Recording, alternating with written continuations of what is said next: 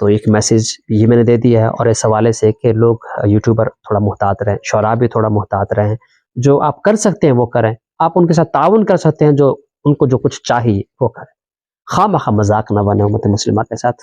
اللہ تبارک و تعالی مجھے اور آپ کو ان باتوں پہ عمل کرنے کی توفیق عطا فرمائے۔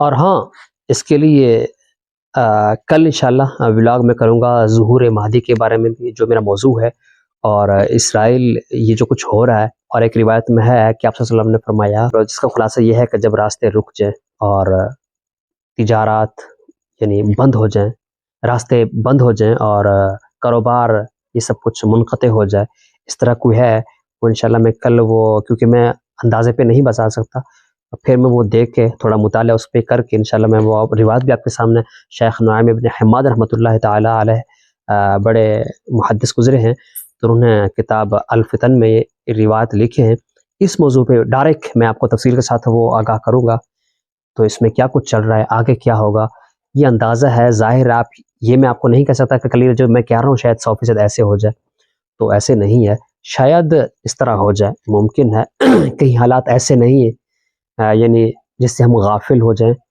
تو یہ سب کچھ ہے، انشاءاللہ اس بارے میں ویڈیو ریکارڈ کروں گا کل، تو مناسب سمجھے تو آپ چینل سبسکرائب کر لیں، نہیں تو پھر نو پرابلم، تو انشاءاللہ پھر کل ملیں گے، تب تک کے لیے اللہ حافظ۔